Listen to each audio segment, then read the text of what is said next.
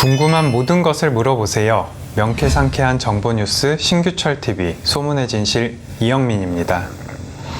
요즘 없어서 못 판다는 강아지 구충제 이야기 들어보셨죠?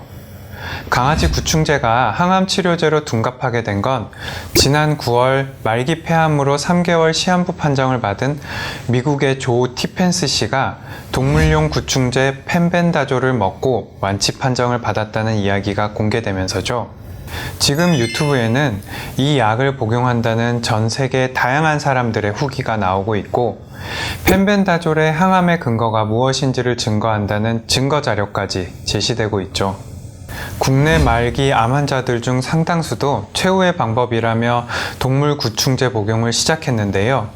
특히 폐암 말기로 알려진 개그맨 김철민 씨가 동참하면서 그 선택을 응원하는 사람들도 늘어났습니다.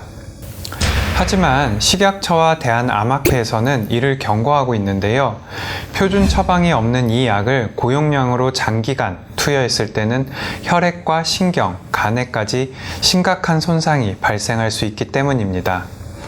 물론 동물을 대상으로 한 실험에서는 항암 효과가 있다는 보고가 있었지만 아직까지 사람에게 어떤 안전성이나 유효성이 입증되지 못했고, 개발 후 지금까지 40년 동안이나 동물에만 사용했기 때문에 사람에 대한 안전성은 아무것도 없다는 게 문제죠.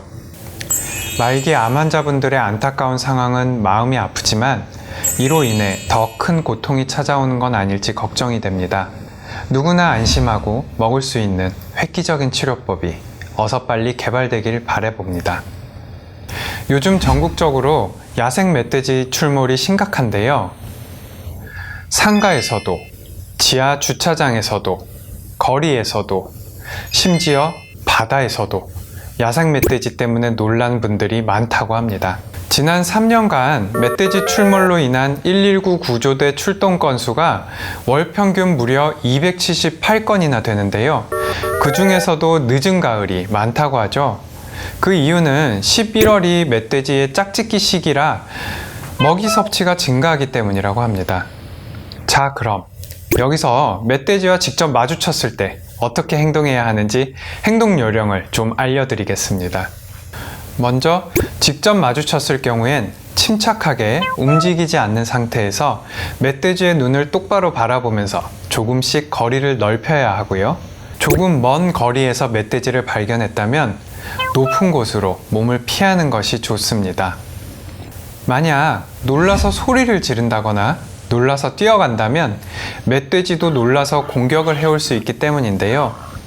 침착하게 몸을 움직이면서 119로 신고하는 게 제일 좋겠죠. 먹이를 찾아 도시로 내려오는 멧돼지의 행동 반경이 넓어지는 지금, 멧돼지의 습성과 안전 수칙을 꼭 기억해둬야 하겠습니다. 흥미로운 정보가 영국 BBC 방송을 통해 전해졌는데요. 노화 속도가 걸음걸이 속도와 반비례한다는 연구입니다. 영국 킹스 칼리지 런던과 미국 듀크 대학에서 1972년생과 73년생 1000명을 대상으로 보행 속도를 연구했는데, 걸음을 빨리 걷는 사람이 노화 속도는 더 느리다는 결과가 나왔다고 하죠. 대체로 보행 속도가 느린 사람이 빨리 걷는 사람에 비해서 폐, 치아, 면역 체계 상태가 더 나빴다고 하고, 심지어 얼굴도 더 늙어 보이고 뇌 크기도 더 작았다고 합니다. 사실 보행 속도는 65세 이상 노인의 건강을 반영하는 좋은 지표로 활용해 왔다는 걸 염두에 둔다면 이미 40대에서부터 노화라든가 건강에 대한 신호를 신체가 보내고 있다는 것이라고 할 수 있는 거죠. 또 연구진들은 빠른 걸음으로 걷는 아이들의 IQ가 느린 걸음의 아이들보다는 높다는 연구 결과까지 발표하면서 빠른 걸음걸이의 중요성을 다시 한번 강조했습니다. 60세 이상일 경우 평균 보행 속도보다 걸음이 빠르다면 심혈관 사망 위험성이 53%나 낮아진다고 하니까요. 노화 가속화를 막기 위한 방법으로 제안하는 빠른 걸음 걷기, 오늘부터 실천해 보세요.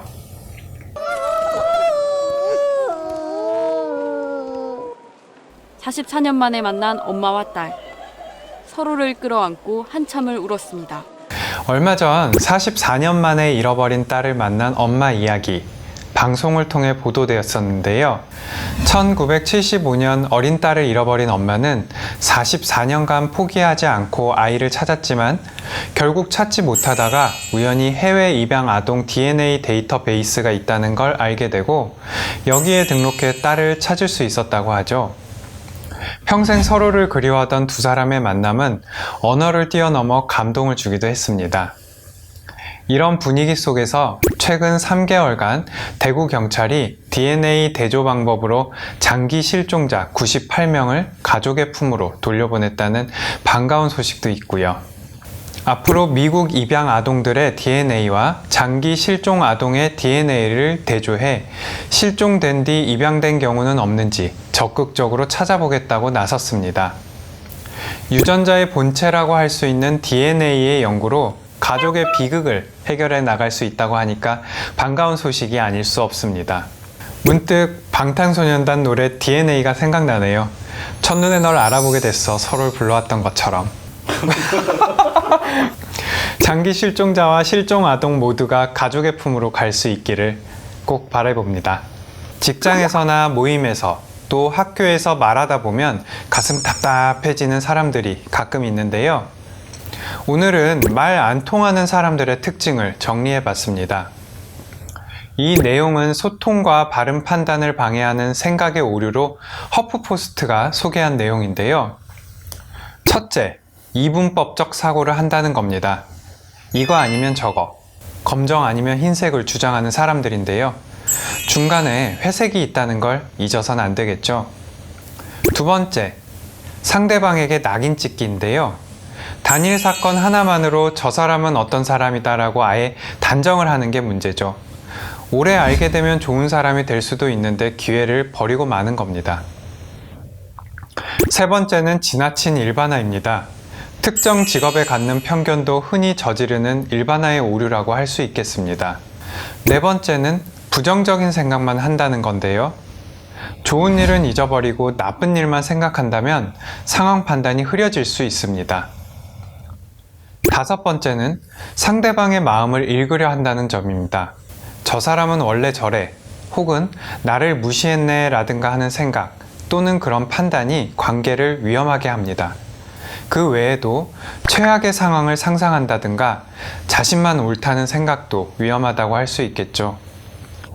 공감 능력을 읽는다면 잠재력과 가능성이 제한된다는 거 꼭 기억하시고 대화와 소통으로 말되는 세상 함께 만들어 가자고요.